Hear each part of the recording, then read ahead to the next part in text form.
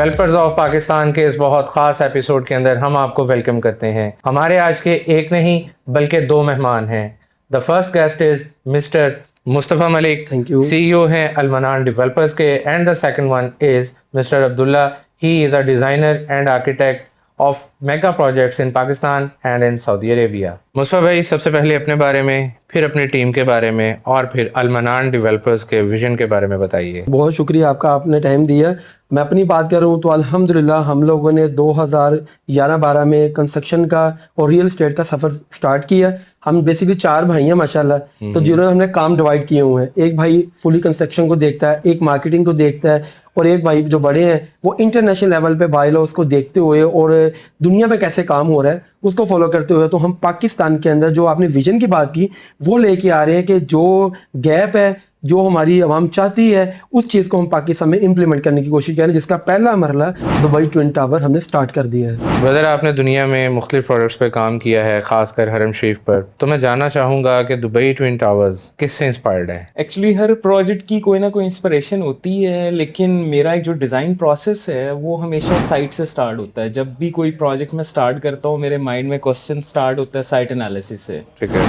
क्योंकि किसी भी प्रोजेक्ट को साइट एनालिसिस के बगैर उसके पॉजिटिव नेगेटिव व्यूज़ क्या हैं, उसकी लाइट की ओरिएंटेशन क्या है, डे लाइट फैक्टर किस तरह से मैनेज करना है, फुटप्रिंट एरिया को कैसे करना है, मोस्टली क्योंकि मिक्स यूज़ बिल्डिंग का प्रोजेक्ट इट्स वेरी चैलेंजिंग। इसमें जस्ट आप फॉर्म बेस्ड प्रोजेक्ट को डिज़ाइन नहीं कर सकते हो। इस ट्विन वाला एक फैक्टर है कि हमने उसको रेप्लिका किया है 2 टावर्स के साथ, बट इसमें जो मेन प्रेफर्ड जो प्रायोरिटी होती है डिज़ाइन में वो यही होती है कि फंक्शनैलिटी और जो लाइफ स्पैन है बिल्डिंग का वो अच्छे से अच्छा परफॉर्म कर सके। अपनी जो एनालिसिस है मेनली साइट एनालिसिस के अकॉर्डिंगली है कि कहाँ से हमारे पॉजिटिव व्यूज़ हैं, कहाँ से नेगेटिव हैं, बिल्डिंग की जो ब्रेथिंग है वो किस तरह से एक्ट करेगी। मेन जो चीज़ें हैं वो इस पे डिपेंड करती हैं डिज़ाइन इंस्पिरेशन में। अब्दुल्ला भाई ने बहुत कुछ हमें बताया, लेकिन फिर भी हम आपसे जानना चाहते हैं कि आपके इस दुबई ट्विन टावर्स के आइडिया के पीछे इंस्पिरेशन क्या है और इसके अंदर ऐसा क्या है जो आपकी नज़र में इस प्रोजेक्ट को बाकियों से मुनफरिद बनाता है? अच्छा अरसान भाई, आप माशाल्लाह आपको पता है कि मेरा साल में के 2 से 3 टूर्स तो पाकिस्तान से बाहर होते ही हैं। बिल्कुल होते हैं। तो जब हम वहाँ जाते हैं तो हमारी ख्वाहिश होती है कि जब हम पाकिस्तान अपने वापस आए तो हमें वही माहौल मिले। तो फर्स्टली तो हमारी इंस्पिरेशन ये थी कि हम पाकिस्तान को कोई ऐसा गिफ्ट दें, ऐसी चीज़ बनाएं कि लोग जो हैं बाहर जाने की बजाय वो सोचें कि हम पाकिस्तान में इन्वेस्टमेंट करें। और जो आपने बात की कि बाकियों से डिफरेंट क्या है, इसमें हमने 360 टावर्स दे दिए हैं, इसमें हर तरह से आउटडोर आपको व्यू मिलता है और एक बहुत बड़ा डेक फ्लोर दे दिया है। बल्कि एक आसान वर्ड्स में कहूँ तो ये प्रोजेक्ट खुद एक बहुत बड़ा सिटी होगा। सिटी का मकसद ये होता है कि इस प्रोजेक्ट के अंदर हर वो चीज़ है जो आपको किसी सिटी में मिलती है। मतलब आपको gym, restaurant, play area, medical areas, wide parkings है, अंदर वाइड लॉबीज हैं, हर वो सहूलत जो कि आपको अंडर वन रूफ मिलेगी। इंशाल्लाह ये आने वाले टाइम में प्रोजेक्ट लाहौर का एक बहुत बड़ा ज़बरदस्त प्रोजेक्ट होगा। अब्दुल्ला भाई, आपने इस प्रोजेक्ट के अंदर मॉडर्न आर्किटेक्चर और फंक्शनैलिटी को कैसे बैलेंस किया है? एक्चुअली जैसे कि मैंने पहले आपको बताया कि साइट एनालिसिस से डिज़ाइन प्रोसेस स्टार्ट होता है, क्योंकि अल-मनान डेवलपर के साथ काम करने की रीज़न एक तो ये है कि हर क्लाइंट के साथ मैं काम नहीं कर सकता। जी। इनकी सबसे पॉजिटिव चीज़ ये है, काम करने का मज़ा इसलिए आता है, मुझे फुल फ्रीडम देते हैं। मुझे कोई इंटरनेशनल इंस्पिरेशन चाहिए, मुझे कोई विज़िट करना है, जाना है, मेरे साथ जाएंगे। उस प्रोजेक्ट को हम केस स्टडी करेंगे, इंटरनेशनल केस स्टडी करेंगे, फिर लोकल कॉन्टेक्स्ट को देखेंगे, देन फिर हम डिज़ाइन प्रोसेस की तरफ जाते हैं। नॉर्मली जो डेवलपमेंट प्रोजेक्ट्स के अंदर एक नेगेटिव चीज़ ये होती है कि मैक्सिमम प्रॉफिट जनरेट करना है, स्पेस को यूटिलाइज जिस प्रॉफिट की सेंस में कैपिटलिज्म की फॉर्म में जस्ट जनरेट करना है, उसको फंक्शन और डिज़ाइन और जो उसकी लाइफ है, उसकी परफॉर्मेंस है, उसको नेगलेक्ट किया जाता है। तो इसके अंदर हमने सबसे पहले ऑब्वियसली इंटरनेशनल इंस्पिरेशंस तो ली हैं फॉर्म को अच्छे से अच्छा ताकि उसको प्ले करें, लेकिन जो डिज़ाइन प्रोसेस है इसके अंदर हमने कोशिश की है कि जो अपनी एक्सेसिबिलिटीज़ हैं, जो प्राइवेसी लेवल है यूज़र का, उसको सेपरेट रखें। मैक्सिमम 2 टावर्स की रीज़न है, एक टावर टोटली आपका पब्लिकली होटल बिल्डिंग के लिए परफॉर्म कर रहा है, ऑफिसेज़ के लिए परफॉर्म कर रहा है, उसको हमने फ्रंट रोड साइड पे रखा है ताकि नॉइज़ कैंसलेशन का बैरियर ना आए और मैक्सिमम उसको कमर्शियल व्यूज़ मिलें। ठीक है। और जो सेकंड हमारा टावर है उसको हमने प्रॉपर प्राइवेट स्पेस दी है, उसको एक प्राइवेसी बैरियर है ताकि मैक्सिमम जो यूज़र है वो रेजिडेंशियल एक्ट के तौर पे उसको फील आए। और जो हमारा बाकी जो डेक फ्लोर है वो अमेनिटीज़ का भी एक्ट कर रहा है पार्ट। सेकेंडली जो नीचे कमर्शियल वाला एरिया है उसको हमने सेपरेट सेस दी है ताकि हर यूज़र की एक अपना जो पाथवे है, सर्कुलेशन है, वो डिस्टर्ब ना हो।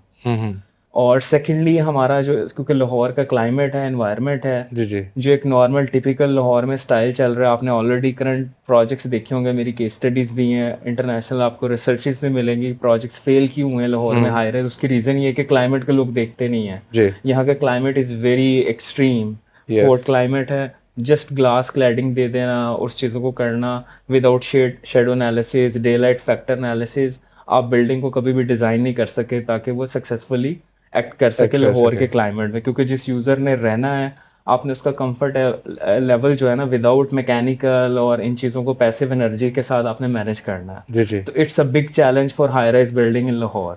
अगर आप इन चीज़ों को नहीं करते तो building will be a big failure, क्योंकि एनर्जी क्राइसिस है यहाँ पे, climate control is very difficult. तो आप शेडिंग डिवाइसेस ऐसे इस तरह सेट करें, रूम की ओरिएंटेशन ऐसे हो कि मैक्सिमम उसको डे लाइट फैक्टर जो है सेप्टस मिले। जी जी इस वजह से आपने उसकी जो कर्वेचर्स देखे होंगे फॉर्म के अंदर टावर्स की, वो 4 ऑल साइड्स ओपन है, उसके अंदर कोई भी इस तरह की डक्ट, मैकेनिकल डक्ट्स चीज़ें हैं just for piping, not for day light. Her room, her space में आपको एक नेचुरल लाइट की जो स्पेस मिलेगी, हर यूज़र को एक विजुअल कम्युनिकेशन मिलेगी आउटसाइड के साथ। अदरवाइज़ बड़ा मुश्किल हो जाता है एक अपार्टमेंट बिल्डिंग में आपका स्टे करना।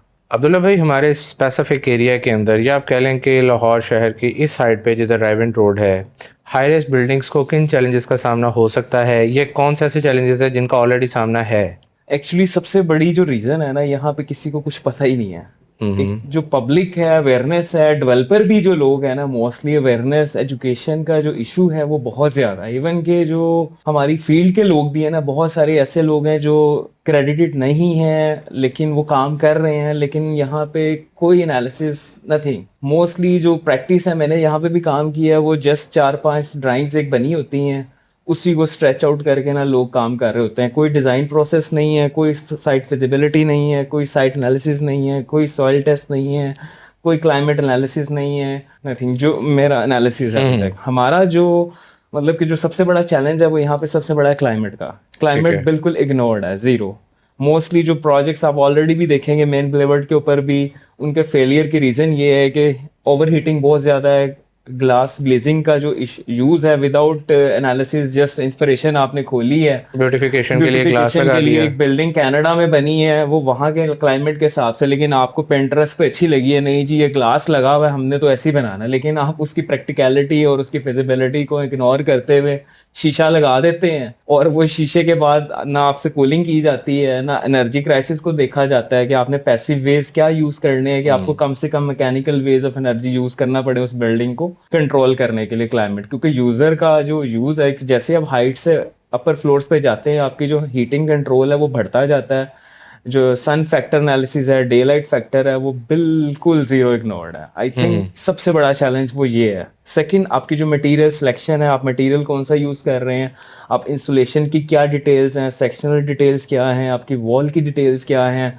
विदाउट कंक्रीट को इतना ज़्यादा यूज़ करना जिसकी वजह से CO2 इमिशंस इतनी ज़्यादा क्लाइमेट में आएंगी, विद इन फ्यूचर आपकी जो स्मोक का इशू है, आपकी पोल्यूशन का इशू है, ओवर हीटिंग का इशू है, वो सारा इन चीज़ों के ऊपर डिपेंड कर रहा होता है। ठीक है। सेकेंडली जो सबसे बड़ा इशू है वो ये है कि लाहौर की जो सॉइल एनालिसिस है वो बहुत डिफरेंट है एज़ कम्पेयर टू कराची और इस्लामाबाद। अगर आप देखेंगे फाउंडेशन की जो सिलेक्शन है विदाउट आप सॉइल टेस्ट और उसका जो एनालिसिस है जियोटेक रिपोर्ट के बगैर आप उसको डिसीजन नहीं ले सकते कि हमने क्या फाउंडेशन यूज़ करनी है, नंबर फ्लोर्स कहाँ जाने हैं, क्योंकि इट्स जो इसकी स्ट्रेंथ है सॉइल की वो थोड़ी सी हार्ड है, जिसकी वजह से फ्लेक्सिबिलिटी जो बिल्डिंग की है वो कम है, क्रैक्स के चांसेस ज़्यादा होते हैं। तो it's a very big challenge. तो जो आपका स्ट्रक्चर इंजीनियर है शुड बी वेरी कॉम्पिटेंट। जो मुझे सबसे ज़्यादा यहाँ पे चैलेंज फेस करना पड़ता है वो ये होता है कि आई ऑलवेज वांट कि इंटीग्रेटेड डिज़ाइन हो, कि कोई भी आपका स्ट्रक्चर आप डिज़ाइन कर रहे हैं उसको थोड़ा सा क्रिएटिव वे में करें। उन्हीं जो कॉलम्स हैं उसको आप as a interior aesthetic element भी यूज़ कर रहे हो, एलिवेशन में भी यूज़ कर रहे हो, ना कि जस्ट आप फेक एक ग्रिड लगा दी है और बाद में उन कॉलम्स को आप छुपाने के लिए आप पैसे ज़ाया कर रहे हो विदाउट प्लानिंग की वजह से है। जो आपके स्ट्रक्चर इंजीनियर, जो आपकी डिज़ाइन टीम है, 3-4 जो इंजीनियर्स हैं आर्किटेक्ट के साथ, उनका कोऑर्डिनेशन इज़ वेरी इंपॉर्टेंट, जो यहाँ पे मुझे नज़र नहीं आता बिफोर। इसी तरह से अगर आपने रेविट पे, क्योंकि इंटरनेशनली जितने प्रोजेक्ट्स हैं वो उनका एक बिम मॉडल डेवलप होता है, building information modelling is very important, वो यहाँ पे भी ज़ीरो है। Without that you can not predict कि कहाँ पे क्या क्लैश आएगा, कहाँ पे क्या क्लैश आएगा। सबसे ज़्यादा क्लैशेस क्या आ रहे होते हैं कि जी कोऑर्डिनेशन नहीं है, प्लम्बिंग वाले ने एक अलग ऑफिस में बैठ के ड्राइंग बना दी है, स्ट्रक्चर वाले ने अपने हिसाब से डिज़ाइन कर दिया है, जो आर्किटेक्ट है वो लीड नहीं कर पा रहा, और साइड के ऊपर कॉन्ट्रैक्टर अपनी मर्जी से डिसीजंस ले रहा है अपने पैसे बचाने के लिए, डेवलपर भी उसके साथ मिला हुआ होता है। ऐसा होता है, ठीक है, जिसकी वजह से जब साइट स्ट्रक्चर तो बन रहा होता है, बाद में डबल पैसे लग रहे होते हैं इन चीज़ों को छुपाने के लिए। तो ये सबसे बड़ा यहाँ पे चैलेंज है। तो जो वी वांट कि हम उस चीज़ को मेक श्योर करें एज अ टीम वर्क, जो कि एक लीडिंग कंसल्टेंट के लिए बहुत ज़रूरी होता है। इन चीज़ों को प्री प्लान आपकी डक्ट्स हो, प्री प्लान आपके कॉलम्स हो, कॉलम के साइजेस हो, आपके जहाँ पे हम कोशिश ये करते हैं अपने जितने भी मॉल्स वाले फ्लोर्स हैं, जो पार्किंग फ्लोर्स हैं, अपने सर्कुलर कॉलम्स करने की कोशिश करते हैं ताकि वो साइकोलॉजिकली विजुअल आपका बैरियर क्रिएट ना करें। इसी तरह जो आपके रेजिडेंशियल स्पेसेस हैं वहाँ पे हम कोशिश करते हैं कॉलम की शेप को चेंज कर दें, उसको कंसील कर दें वॉल के अंदर, ताकि वो डिस्टर्ब ना करे, आपकी स्पेस को वेस्ट ना करे, because 1 square feet is very very costly. आपने देखा होगा यहाँ पे ये चैलेंजेस बहुत बड़े हैं, बहुत बड़े हैं। उसके बाद जो साइड को कंट्रोल है, quality control is very big issue यहाँ पे। आपने कुछ साथ में ऐसा कोई प्रोजेक्ट किया है कि अगर कोई ये जानना चाहता है कि आपकी कंस्ट्रक्शन की स्पीड कितनी है, क्योंकि ये तो एक बड़ा प्रोजेक्ट है जी, तो लेकिन अक्सर डेवलपर साथ में एक छोटा प्रोजेक्ट करके जस्ट एक शाहकार बना के दिखाते हैं, तो आपने भी साथ में कोई ऐसा प्रोजेक्ट किया जिससे लोगों को पता चल सके कि इनकी कंस्ट्रक्शन की रफ्तार क्या है? अच्छा, अल्हम्दुलिल्लाह, बड़ा अच्छा क्वेश्चन आपका। बेसिकली हमने खाली लाहौर में काम नहीं किया, कराची में भी हमने काम किया 2016 के अंदर। वहाँ पे हमारी बिल्डिंग्स जो हैं ऑलरेडी पोजेशंस भी हैं और स्ट्रक्चर्स भी चले। लाहौर में हमारे पास एक मेगा टाउन हाउसेस का प्रोजेक्ट है जो डिलीवर है, वहाँ पे लोग खुशहाल रह रहे हैं। अगर मैं बात करूँ हाई राइज क्या, तो अरेबियन 99 मॉल है, वो खुद विटनेस है, आप आई विटनेस जाके मेरे साथ देख सकते हैं। और वहाँ पे अभी बिफोर जो है पोजेशन से पहले जितनी इन्वेस्टमेंट थी 100% लोग प्रॉफिट में भी हैं। तो कोई भी बंदा आए मेरे से जाके आई विटनेस देख सकता है मेरे बिफोर प्रोजेक्ट्स भी। मुस्तफा भाई, आपका जो प्रोजेक्ट है इसकी कंस्ट्रक्शन अभी किस स्टेज पर है? और मैं ये जानना चाहूँगा, बल्कि सब जानना चाहेंगे कि आपका जो प्रोजेक्ट है ये सिर्फ एंड यूज़र के लिए है या टेम्परेरी इन्वेस्टमेंट करने वालों के लिए भी इसके अंदर की गोल्डन अपॉर्चुनिटी मौजूद है? ये प्रोजेक्ट है हमारा मेगा प्रोजेक्ट, हमारा ख्वाब है और सिग्नेचर प्रोजेक्ट है। इसमें हमने ना 2 तरह के पहलू रखे हैं। इसमें लो इनकम प्रीमियम क्लाइंट भी इन्वॉल्व हो सकते हैं, और प्लस जो आपने बात की कि शॉर्ट टर्म, जो बंदा शॉर्ट टर्म इन्वेस्टमेंट करना चाहता है, पाकिस्तान में ना 3 तरह के क्लाइंट मैंने देखे हैं। एक जो बिल्कुल स्टार्ट में शामिल होते हैं, एक जो ग्रे वर्क पे शामिल होते हैं, एक जो एंड यूजर पे उससे प्रॉफिट मार्जिन की गरज नहीं है, वो कहते हैं कि बस मैंने रहना है। तो जो लोग स्टार्ट में शामिल होंगे शॉर्ट इन्वेस्टर, वो ग्रे वर्क में एग्जिट कर सकते हैं हैंडसम प्रॉफिट लेके। फिर एक वो लोग होंगे जो एंड तक जाएंगे, वो प्रोजेक्ट में एक अच्छा रेंटल भी हासिल करेंगे, प्लस एक अच्छा जो है प्रॉफिट भी हमारे से हासिल करके जाएंगे इंशाल्लाह। मुस्तफा भाई, आप माशाल्लाह एक अच्छा ब्रीफ कर रहे हैं, लेकिन मैं ये जानना चाहूँगा कि ये बातें आप अंदाजे से कर रहे हैं या अपने तजर्बे की बुनियाद पे कर रहे हैं? हमारी कंपनी को काम कर 2011 से हम काम कर रहे। हमारे 100+ हमारे पास स्टाफ है और हर बंदे के पास अलग ड्यूटी है। कुछ सर्च आउट कर रहा है इंटरनेशनल लेवल पे, कोई पाकिस्तान लेवल पे, पाकिस्तान में किन चीज़ों को इश्यूज को फेस करना पड़ता है। अल्हम्दुलिल्लाह हम सारी चीज़ों को क्लोज करने के बाद ही देन हमने ये प्रोजेक्ट भी लॉन्च किया, और इंशाल्लाह ये प्रोजेक्ट जब बनेगा तो आप लोगों को पता चलेगा कि इसके अंदर कितने माइंड्स थे, क्या क्या प्लान्स थे। तो इंशाल्लाह ये प्रोजेक्ट कामयाब होगा और ये तजर्बे के तौर पर ही वर्किंग स्टार्ट हुई है। अब्दुल्ला भाई, आपको लगता है कि आने वाले 5 या 10 साल में लाहौर की स्काईलाइन में कोई बहुत बड़ी तब्दीली आएगी? ऐसे अगर देखा जाए तो नॉर्मली तो चीज़ें बहुत बेहतर हुई हैं, ठीक है, ऐसा इंशाल्लाह I am hope for the best thing. But मुझे लगता है कि सबसे ज़्यादा जो इश्यूज आएंगे, still energy crisis is very big issue. तो इसलिए आपको ऑफ ग्रिड चीज़ें प्लान करनी चाहिए, पैसिव चीज़ें, कि आप, क्योंकि हम जब भी प्लान करते हैं बिफोर बिल्डिंग हम फिजिबिलिटी बनाते हैं, लाइक वाटर ट्रीटमेंट। हम अंडरग्राउंड वाटर टैंक डेवलप करते हैं ताकि उसके अंदर 15 डेज का आपके पास बैकअप प्लान होना चाहिए इन केस आपका बिल्डिंग का जो है पावर कट हो गया है, कोई आपको रीजन होगी है, कोई फायर सेफ्टी का इशू हो गया, आपकी पाइपलाइन का इशू है, तो वी ट्राई कि वहाँ पे 15 डेज का जो है ना आपके पास बैकअप वाटर स्टोरेज हो, आपके पास बैकअप जनरेटर इलेक्ट्रिसिटी अवेलेबल हो, ताकि 15 डेज तक बिल्डिंग ऑफ ग्रिड चल सके विदाउट वापडा, विदाउट एनी वासा। आपकी बिल्डिंग 15 डेज तक इट्स वेरी इंपॉर्टेंट थिंग। अच्छा, दुबई ट्विन टावर की बात करते हैं तो ये एक इंटरनेशनल फील देता है ये नाम, ठीक है। आपने एक अच्छा डिज़ाइन बना दिया, आपने इसकी खूबसूरती पे काम किया, आपने इसकी फंक्शनैलिटी पे काम किया, आप ऑब्वियसली इसके स्ट्रक्चर को भी मजबूत बना रहे होंगे। लेकिन हमारे माजी में ना कुछ डेवलपर्स ऐसे थे जिन्होंने प्रोजेक्ट तो बहुत अच्छे बनाए, बट एक अहम फैक्टर था विंड लोड मैनेजमेंट। शायद उन्होंने उसे इग्नोर किया। हमने रिसेंट भी अपने कुछ वाकयात ऐसे देखे, तो क्या इसके अंदर आपने इस फैक्टर को अपने जहन में रखा, कोई ऐसा एलिमेंट डाला इसको कवर अप करने के लिए? बड़ा आपने इंपॉर्टेंट बात की है। एक्चुअली जो विंड एनालिसिस है ना, इट्स वेरी इंपॉर्टेंट। बेसिकली एक सॉफ्टवेयर है इकोटेक एनालिसिस। इसी तरह से बीम के अंदर भी सॉफ्टवेयर है, उसके अंदर हम ऑलरेडी जब कोई भी आप बिल्डिंग डिजाइन करते हैं उसके 3D मॉडल का एनालिसिस करते हैं थ्रू विंड रोज डायग्राम, ठीक है। जिसके अंदर हम क्लाइमेट की एक वेदर फाइल होती है, उससे हम देखते हैं कि विंड का थ्रू आउट क्या बिहेवियर है। ठीक है। ठीक है।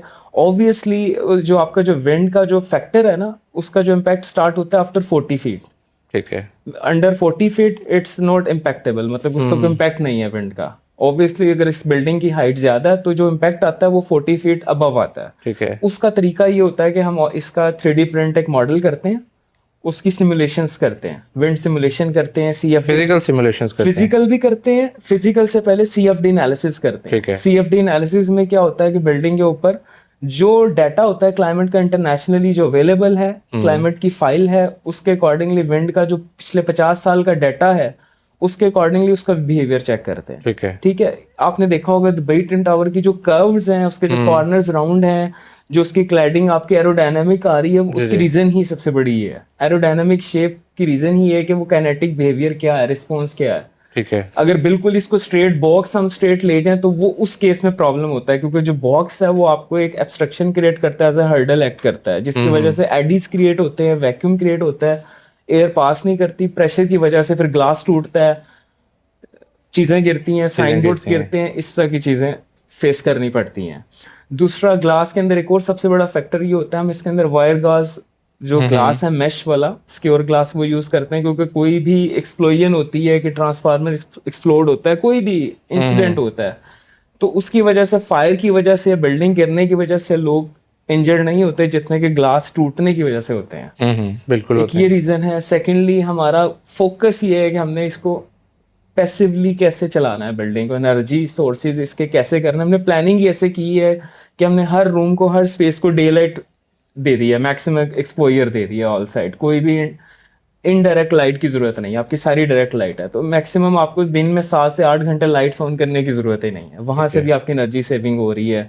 उसके साथ हमने इसका जो डेक फ्लोर बनाया है, हमने अपनी स्पेस वेस्ट की है, ये जैसे भी यहाँ के लोगों की लैंग्वेज में आप कह लें, हमने उसको मैक्सिमम जो है ना ग्रीन इफेक्ट क्रिएट करने की कोशिश की है, ताकि बायोफिलिक डिज़ाइन आए आपकी, जो है ना उसकी वजह से, जो ग्रीन वर्टिकल डेवलपमेंट की वजह से भी थोड़ा सा माइक्रो क्लाइमेट जनरेट हो। मौसा भाई, लोकेशन, डिज़ाइन या कमर्शियल वैल्यू, इन तीनों में से किस चीज़ की अहमियत आपकी नज़र में सबसे ज़्यादा है? अब बेसिकली अरसान भाई, जो आपने क्वेश्चन किया, ये तीनों वैल्यूज ही मोस्ट इंपॉर्टेंट है, इनका तीनों का होना ज़रूरी है। तो अगर मैं बात करूँ अपने दुबई ट्विन टावर प्रोजेक्ट की, तो लोकेशन में किसी किस्म का कॉम्प्रोमाइज़ नहीं है, कॉर्नर है, मेन बुलेवार्ड है, और सबसे बड़ी बात है कि ये मेन रिंग रोड के पास है, और सोसाइटी का सबसे पहला एंट्रेंस का गेट के ऊपर का प्लॉट है। डिज़ाइन की बात करूँ तो हमने आने वाले 50 साल या 100 साल बाद का डिज़ाइन सोच के इसको डिज़ाइन किया है कि लैंड एरिया के अंदर 100% एरिया को कवर नहीं किया, तकरीबन ऑलमोस्ट 40% एरिया हमने ग्रोस एरिया ओपन छोड़ा है, जिसके अंदर, जिस वजह से ये प्रोजेक्ट कामयाब होगा, और इस वजह से कि लोग पूरा 100% कवर कर लेते हैं, देन वो प्रोजेक्ट फेल भी होते हैं। तो हमने इसके डिज़ाइन पे बहुत काम किया है। और अगर कमर्शियल की बात करें तो ये एरिया वैसे ही इतना अच्छा है कि जो ये 100% जो है ये कमर्शियल एरिया है, और इसमें लोगों को इंशाल्लाह फ़ायदा भी होगा। मौसा भाई, क्या आप अपना जो प्रोजेक्ट है ये 100% कैश पेमेंट ले रहे हैं या इंस्टॉलमेंट प्लान ऑफर कर रहे हैं? जी, अच्छा अरसान भाई, इसमें बड़ा ही इजी पेमेंट प्लान की है। बेसिकली पाकिस्तान में हमने प्रीमियम के लिए तो बहुत काम किया हुआ, पाकिस्तान में अल्हम्दुलिल्लाह प्रोजेक्ट डिलीवर्स भी हैं। इस प्रोजेक्ट में हमने 2 कैटेगरीज दी हैं, एक लो इनकम, एक प्रीमियम, लेकिन दोनों के लिए 4 साल का इजी पेमेंट प्लान है। डाउन पेमेंट की बात से 10 to 20% आप बुकिंग कर सकते हैं, और आपका जो कमर्शियल होगा वो ड्यूरेशन ऑफ इंस्टॉलमेंट, आपका इंस्टॉलमेंट चल जाएंगे, उसके पहले हम इंशाल्लाह पोजेशन देंगे, और अपार्टमेंट को जो है आपके पेमेंट प्लान कंप्लीशन होने पे पोजेशन हैंड ओवर करेंगे। अच्छा, पाकिस्तान में ना ट्रस्ट डेफिसिट एक बड़ा अहम मसला है जी। आप किस तरह से लोगों को अपने एतमाद में लेते हैं, किस तरह उनका एतमाद जीतते हैं, कैसे, मतलब ये सारी आपने इस चीज़ को कैसे अचीव की अच्छा, है? इसमें कुछ भी बताने की ज़रूरत नहीं होती, आपका प्रीवियस वर्क, और अल्हम्दुलिल्लाह हम सोल पार्टनर है, कोई हमारे साथ सेकंड बंदा नहीं है, हम सिंगल ओनर्स हैं, और हमने पहले काम किया, लोग हमारे काम को जानते हैं। और अनइंटेंशनली पाकिस्तान के हालात की वजह से कोई परेशानी आ जाती है, वार है, ABC, कोई बंदा एडवांस पोजेशन मांगते कि यार मेरे पास पेमेंट आ गई है, मेरे अरेंजमेंट, तो अल्हम्दुलिल्लाह अल्लाह पाक ने हमें और बेशुमार प्रोजेक्ट्स दिए हैं, तो हम आपको शिफ्ट करके सेकंड प्रोजेक्ट में भी पोजेशन हैंड ओवर कर सकते हैं। हम इंडिपेंडेंट ये नहीं कि सिर्फ इसी प्रोजेक्ट में डिपेंडेंट है। तो अल्हम्दुलिल्लाह इंशाल्लाह ये तो अपना टाइमली कंप्लीट होगा, लेकिन हमारा प्रीवियस वर्क आपको बताता है कि आप हम लोग टाइमली डिलीवर करेंगे और हम क्या क्वालिटी वर्क बाकियों की निस्बत देंगे। यानी आप अपने क्लाइंट को ये ऑफर कर रहे हैं कि जो अलमनान डेवलपर्स की कश्ती का सवार है वो किसी भी प्रोजेक्ट में कभी भी एंट्री और एग्जिट ले सकता है। हाँ जी, अभी एक लाहौर का क्लाइंट है, वो कहता है कि मुझे कराची में रहना है, तो हमारा कराची में प्रोजेक्ट है, वहाँ शिफ्ट हो जाए। इंशाल्लाह फ्यूचर में हम पाकिस्तान के और शहरों के अंदर भी प्रोजेक्ट लेके आ रहे हैं। तो अल्हम्दुलिल्लाह अल्लाह पाक ने हमें इतनी ताकत दी है और ये मेहनत से ही हम यहाँ पे पहुंचे हैं। तो इंशाल्लाह कोई भी क्लाइंट इंशाल्लाह परेशानी होगा। और अच्छा, एक बहुत सीखने वाली बात है, परेशानियाँ आती हैं, लोग उनको फेस नहीं करते।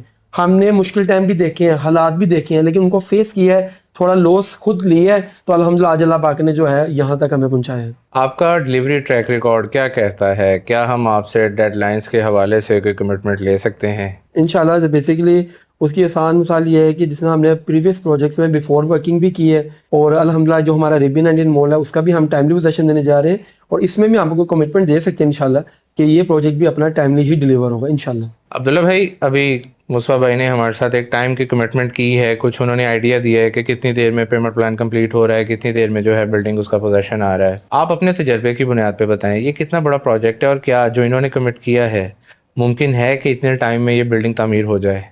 बेशक इनकी कमिटमेंट और इनकी मोटिवेशन बहुत सिंसियर है। सब भाई माशाल्लाह दिन रात डे एंड नाइट साइट के ऊपर में खुद मेहनत कर रहे होते हैं, चीज़ों को ऑब्जर्व कर रहे होते हैं, बट जो ग्राउंड रियलिटीज़ हैं वो चीज़ें कुछ डिफरेंट होती हैं। उसमें रीज़न देखें ना, क्वालिटी हमारी प्रायोरिटी है। ठीक है, मेरा इनके साथ यही क्लेम होता है कि हमने क्वालिटी पे कॉम्प्रोमाइज़ नहीं करना। अब कुछ चीज़ें क्वालिटी की वजह से आपको टाइम डिले करना पड़ता है, साइट पे गलतियां भी होती हैं, साइट पे कुछ चीज़ें कॉन्ट्रैक्टर की मिस्टेक्स भी होती हैं, डिज़ाइन इम्प्लीमेंटेशन में भी प्रॉब्लम्स आती हैं, प्रोक्योरमेंट का इशू भी आता है जिसकी वजह से जो है ना डिले हो सकता है। You are being very honest. Right, क्योंकि क्वालिटी जो है ना इज नंबर वन। ठीक है, क्वालिटी के लिए आपको कॉम्प्रोमाइज़ करना पड़ता है चीज़ों के ऊपर और क्वालिटी टाइम रिक्वायर करती है। ठीक है, मेरा ये ओपिनियन है विद एक्सपीरियंस। पाकिस्तान और सऊदीया या दुबई के प्रोजेक्ट्स में कोई ऐसा फ़र्क है कि जो टेक्निकल ग्राउंड्स पे हो, not just in visible design? हम पाकिस्तान में बिल्डिंग्स देखते हैं, सिमिलर बिल्डिंग्स हमें दुबई में नज़र आ रही हैं, सिमिलर बिल्डिंग्स हमें सऊदीया में नज़र आ रही हैं। बेसिकली मैं पूछना ये चाह रहा हूँ कि कोई इनके टेक्निकल ग्राउंड्स में फ़र्क होता है? ज़ाहिर तो कॉस्मेटिक्स है ना जो हम देख रहे हैं। ऑब्वियसली एक इंटरनेशनल लेवल पे मेरा नहीं ख्याल कि अभी पाकिस्तान अगले 50 साल तक भी कंपैरिजन हम कर सकते हैं उस इकोनॉमी के साथ। और इस इकोनॉमी के साथ अगर ये पाकिस्तान की इस इकोनॉमी के अंदर इस तरह के लोगों को प्रोजेक्ट डिलीवर कर रहे हैं ना, तो आई सैल्यूट कि ये लोग यहाँ पे वो चीज़ें प्रोवाइड करने की दिन रात मेहनत कर रहे हैं, कोशिश कर रहे हैं कि लोगों को दुबई और उस लेवल की मिडिल ईस्ट लेवल की चीज़ें यहाँ पे मिल जाएं। It's very big challenge. वहाँ पे सोर्सेज का इशू नहीं है, ठीक है, आपकी sources are very easily available. आपकी जो भी चीज़ें हैं क्वालिटी में कोई कॉम्प्रोमाइज़ नहीं है। आपके जो बैकअप है, आपकी जो लेबर का, वो internationally best of the best labour, skilled labour available है। आपको equipment best of the best available है। लेकिन पाकिस्तान में जो सबसे बड़ा चैलेंज है, आपके पास स्किल लेबर नहीं है, आपके पास स्किल इक्विपमेंट्स नहीं है, आपके पास लाइट नहीं है, आपके पास बेसिक चीज़ें नहीं हैं। इन चीज़ों के रहते हुए और लिमिटेड बजट के अंदर इस लेवल की चीज़ें पाकिस्तान में देना मेरे ख्याल से तो जिहाद है। इट्स जिहाद। मौसम भाई, safety, ventilation, parking, footfall management, इन टेक्निकल एस्पेक्ट्स को जो है कोई डिज़ाइनर टैकल करता है या डेवलपर टैकल करता है? अब फर्स्टली तो डेवलपर की तरफ से कमांड होती है डिज़ाइनर को कि मुझे उस लेवल का प्रोजेक्ट चाहिए कि जो इंटरनेशनल बायलॉज को भी बीट कर रहा हो या उस लेवल पे हो। तो अल्हम्दुलिल्लाह हमने अपने डिज़ाइनर को कहा था कि हमें एक लार्ज पार्किंग चाहिए, तो हमने एक बेसमेंट में एक लार्ज पार्किंग दी। ठीक है, फिर फुटफॉल की बात करें तो ग्राउंड फ्लोर, फर्स्ट फ्लोर पे एक बड़ा एट्रियम और बड़ा एरिया हमने वेस्ट किया जो छोड़ा ओपन एरिया कि फुटफॉल को भी मैनेज करेगा। बात करें वेंटिलेशन की, तो हर अपार्टमेंट को सनलाइट, आपको window, each and everything apartment को मिल रहा है। और बात करें सेफ्टी की, आपने बात की बीच में, तो सेफ्टी के अंदर हमने इस अपार्टमेंट के अंदर साइडों से अपने फायर फाइटिंग की स्पेस भी छोड़ी हुई है और हर अपार्टमेंट को विंडो इसलिए दी है 360 दिए। इसके पीछे भी वजह है कि अभी रिसेंटली कराची में एक हादसा हुआ, उसको भी मैंने फॉलो किया है कि हम हर बंदे को अलग-अलग अपार्टमेंट से भी रेस्क्यू कर सकते हैं। अल्लाह ना करे कल को फ्यूचर में कोई परेशानी आती। तो अल्हम्दुलिल्लाह इस लिहाज से हमारे प्रोजेक्ट में हर वो सहूलत है जो होनी चाहिए। मुस्तफा भाई, यहीं पर आपका एक और प्रोजेक्ट भी है, उसका क्या नाम है? अल्हम्दुलिल्लाह उसका नाम है बुलेवार्ड 1। तो क्या फ़र्क है दुबई ट्विन टावर्स में और बुलेवार्ड 1 में? अच्छा, बुलेवार्ड 1 ना बेसिकली एक हमने स्मार्ट प्रोजेक्ट शुरू किया जो कि बहुत प्रीमियम लोकेशन भी है।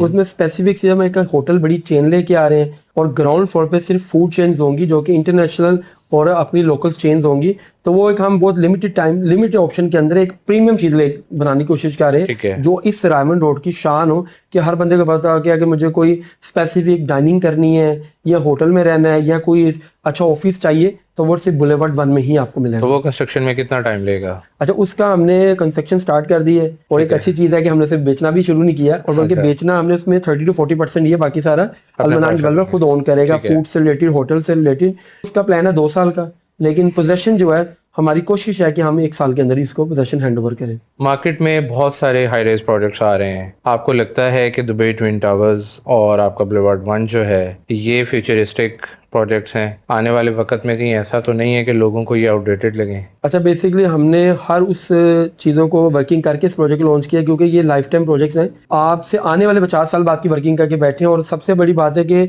एक तो प्रोजेक्ट डिज़ाइन से लेके हमने लोकेशन ही ऐसी चूज़ किया कि कोई भी पूरे इस एरिया में, जो इस सोसाइटी में भी कोई भी बंदा हमारी लोकेशन को बीट नहीं कर सकता, अल्हम्दुलिल्लाह। और इसका डिज़ाइन भी ऐसा है कि आने वाले मैं समझता हूँ कि आने वाले 5-10 साल में भी कोई इस डिज़ाइन को भी बीट नहीं कर पाएगा। इंशाल्लाह ये प्रोजेक्ट सबके लिए सक्सेसफुल ही होगा इंशाल्लाह। अच्छा, अगर हम एक ओवरऑल कंपैरिजन करें सारी जगहों का, दुबई ट्विन टावर कहाँ पे फॉल करता है, किस लेवल पे आप रखते हैं? 1 to 3 अगर देखिए कंपैरिजन नहीं बनता पाकिस्तान का इंटरनेशनल के साथ कंपैरिजन नहीं हम कर सकते। चले हम पाकिस्तान के अंदर कंपैरिजन कर लेते हैं। दुबई ट्विन टावर से बड़ा मेरा नहीं ख्याल कि कोई प्रोजेक्ट बन रहा है, यो कोई प्लान हुआ है, यो क्लेम हुआ है, अभी तक मेरे नॉलेज में नहीं। ये किसी एक ऐसे एलिमेंट का जिक्र करना पसंद करेंगे जो दुबई ट्विन टावर्स को और बुलेवार्ड 1 को जो है बाकियों से ज़रा डिफरेंट करता हो? अच्छा, बुलेवार्ड 1 का जो आपने जिक्र किया है, it's very very premium project, क्योंकि अगर आप पैटर्न लैंग्वेजेस को स्टडी करेंगे या इंटरनेशनल कुछ केस स्टडीज करेंगे, जो सबसे सक्सेसफुल बिल्डिंग होती है वो मिड राइज कमर्शियल होता है। ठीक है। लो इकोनॉमीज के अंदर, चैलेंजिंग इकोनॉमीज, जिस तरह से पाकिस्तान की इकोनॉमी है, material is very expensive, inflation बहुत ज़्यादा है, डे बाय डे चीज़ें कंट्रोल से बाहर हैं, फ्यूल का इशू है। इन चीज़ों को अगर आप कंसीडर करें तो एक मिड राइज जो प्रोजेक्ट है, it's very very successful project. इसलिए हमारा जो फोकस है उसको एक प्रीमियम प्रोजेक्ट बनाना है। उसमें हमारा जो थीम है, अगर आप देखेंगे कोई भी इस छोटे स्केल के प्रोजेक्ट में इतना आपको वाइड फ्रंट नहीं मिल रहा, वाइड ब्लेवर्ड कॉर्नर नहीं मिल रहा, उसके अंदर हमने कोशिश की है कि 22 फीट हाइट अपनी जो है ना ग्राउंड फ्लोर को रखें, ताकि जो ग्रैंड लुक आए, ओपननेस की फील आए, मैक्सिमम ग्रैंडवर की फीलिंग आए। उसका जो डिज़ाइन है वो हमने कुछ बाकू इंस्पायर्ड आर्किटेक्चर के ऊपर डिस्कस करके उसको प्लान करने की कोशिश की है, ताकि एक डिफरेंट कल्चरल जो डिफरेंट एक, क्योंकि डाउनटाउन का जो आइडिया है उसके अंदर देखें कोई भी डाउनटाउन होता है उसकी थीम्स होती हैं। हमारा एक प्रोजेक्ट कोई भी थीम होता है, Dubai twin tower it's different project, Arabian different. तो बुलेवार्ड 1 के अंदर भी हमारा टोटली थीम हमने डिफरेंट रखा है, ताकि उसकी फील और एक जो चीज़ें हैं, सारा इंटीरियर है, एक्सटीरियर है, एक डिफरेंट कल्चर को प्रेजेंट करे, ताकि जो भी कस्टमर है उसको एक फील डिफरेंट प्रोडक्ट की आए। ये नहीं है कि वो जस्ट एक शॉप बाय कर रहा है, वो थ्रू आउट एक कल्चर बाय कर रहा है। ये हमारा उसके अंदर गोल है। अगर आप दुबई ट्विन टावर के अंदर आप बात करेंगे, उसके अंदर आप देखेंगे जो गोल्डन जो क्लैडिंग का जो चीज़ है वो हमने मैक्सिमम यूटिलाइज की है, ताकि मैक्सिमम उसकी जो ग्लेजिंग है उसको हम नेगेटिव कर सकें। हम पूरा ग्लास भी लगा सकते थे कि मैक्सिमम व्यू है, लेकिन हमने उसको हीटिंग फैक्टर को देखते हुए कि जो उसकी ओरिएंटेशन है, सन का हिट हो रहा है बिल्डिंग के फसाड के ऊपर, हमने गोल्डन रिफ्लेक्टिंग एलिमेंट यूज़ किया है। क्लैडिंग लुको बॉन्ड और फ्रेम्स के अंदर हमने फसाड जो है ना फेक फसाड यूज़ किया है, ताकि उसका जो एक्सपोजर है उसको बैलेंस किया जा सके। मुस्तफा भाई, आपकी बिल्डिंग के अंदर दुबई ट्विन टावर्स के अंदर ऑब्वियसली हमें वर्टिकल ट्रांसपोर्टेशन की तो बहुत ज़्यादा ज़रूरत रहेगी, मेगा प्रोजेक्ट है जी। उसके लिए कितनी लिफ्ट्स हैं, क्या किस किस्म की सीढ़ियाँ हैं, क्या इंतजाम किए गए हैं? अच्छा, बेसिकली हम आपको पता है कि ट्विन टावर का कॉन्सेप्ट लिया था हमने, 2 टावर्स हैं, उन दोनों टावर्स में 2-2 लिफ्ट्स हैं और आपको कार्गो लिफ्ट अलग से मिल जाती है। ठीक है। मॉल की बात करें तो 3 लिफ्ट्स हैं जो कि मॉल के अंदर वर्किंग स्टार्ट करेंगी अपनी। और अगर हम बात करें एक्सीलेटर्स की, तो बड़ा एक्सीलेटर है, फायर एग्जिट की एक्सीलेटर्स आपके अलहदा से हैं। तो अल्हम्दुलिल्लाह हमने इस प्रोजेक्ट को दुबई का एक स्मार्ट मॉडल बनाना है, हमारा ये विजन है।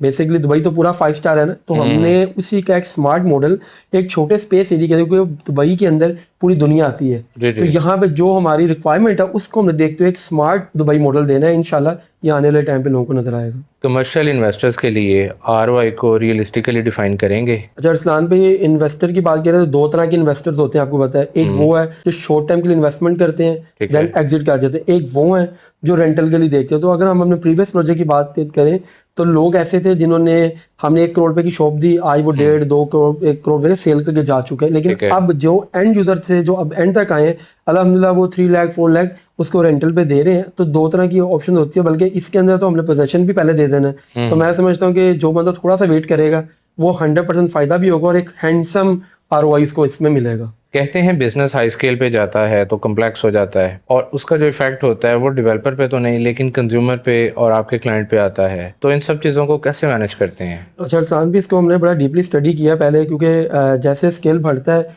तो लोड आपने बताया कि बढ़ता ही जाता है। तो अल्हम्दुलिल्लाह अल मनान के जो हमारे प्रीवियस प्रोजेक्ट्स हैं कराची में, लाहौर में, हमने 2 बड़े मेगा ऑफिस बड़े बना दिए हैं जिसमें डिवाइड कर दिया, डिपार्टमेंट्स बना दिए हैं। Dubai twin tower, boulevard 1, orchard home, Arabian 99 mall, हर डिपार्टमेंट को लहदा कर दिया और उस हिसाब से स्टाफ और लोगों को एंगेज भी कर लिए। तो हर बंदा अपने हिसाब से काम कर रहे हैं। अगर मैं इसकी बड़ी आम एग्जांपल दूं कि दुबई में तो पहला एक प्रोजेक्ट बना होगा, तो जब वो इंक्रीज करता गया तो वो जिसने इन चीज़ों को फॉलो किया आज वो ब्रांड बन चुके हैं। तो इसी तरह हम इस स्टेप से पहले से गुजर चुके हैं। हमने अरेबियन मॉल में ही अपनी चीज़ों को ऐड करते गए, तो अल्हम्दुलिल्लाह डिपार्टमेंट वाइज इसमें वर्किंग कर रहे हैं और मुझे उम्मीद है घर में इसमें कोई परेशानी फेस नहीं करनी पड़ेगी। अब्दुल्ला भाई माशाल्लाह आपने बड़ी मेहनत की है और आपकी बातों से मुझे अंदाज़ा हो रहा है कि आप इमोशनली भी बड़े अटैच्ड हैं दुबई ट्विन टावर्स के साथ। अगर कभी दोबारा आपको कहा जाए कि दुबई ट्विन टावर को डिज़ाइन करें तो कॉपी पेस्ट करेंगे या कुछ मुख्तलिफ बनाएंगे? Never copy paste, I will never design, I will redesign. आप इसे एक रखेंगे? एक ही रखें। Very good.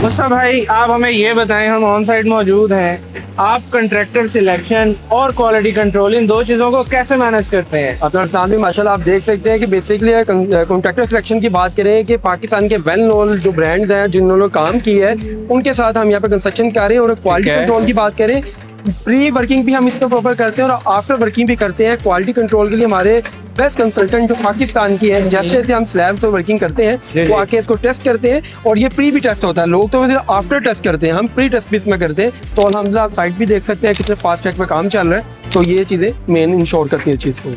आप अपने प्रोजेक्ट्स के अंदर ट्रांसपेरेंसी को किस तरह से मुमकिन बना रहे हैं कि आपका अपना ऑफिस, आपके अपने तमाम स्टाफ के लोग और आपका इन्वेस्टर, तमाम लोग क्या आपके इस प्रोजेक्ट के अंदर व्हाट्स गोइंग ऑन इससे वाकिफ होते हैं? अच्छा बेसिकली इरफान भी आपको पता है कि माशाल्लाह हम चारों भाई आपको डिवाइड हुए। एक भाई बाहर से वर्किंग कर रहा है, इंटरनेशनल लेवल बाइलॉस को देखते हुए। एक भाई सलमान भाई हैं, ये मीडिया को फुल फ्लैश देख रहे हैं। मैं कंस्ट्रक्शन को देख रहा हूँ, मनान भाई को कुछ और तरह। तो मेन है कि हम daily live videos, daily site office में वीडियोस बना के लोगों को दिखाते हैं कि क्या काम हो रहा है day first to day end. Proper videos बननी है, डेली हमारे चैनल्स में लगती हैं। तो इसमें कोई भी ऐसी चीज़ नहीं है जो कि हमारे आने वाले इन्वेस्टर्स क्लाइंट से नावाकिफ हो। सलमान भाई आपने हमें ज्वाइन किया, अल मनान डेवलपर्स को आप 10 साल बाद कहाँ देखते हैं? देखिए मैं तो अल मनान डेवलपर्स को आज भी टॉप पे देखता हूँ, क्योंकि जिस तरह से क्वालिटी को और चीज़ों को हम लेके चल रहे हैं, जो चीज़ें यहाँ पे 10 साल 20 साल बाद पाकिस्तान में एक्सपेक्टेड थी, तो अल मनान डेवलपर वो आज ही प्रेजेंट में उन चीज़ों को पाकिस्तान में ले आया। तो हम कंपैरिजन तो हमारा किसी के साथ नहीं है। हमारी कोशिश है कि हम पाकिस्तान को पाकिस्तान में नहीं इंटरनेशनल लेवल पे लेके जाएं।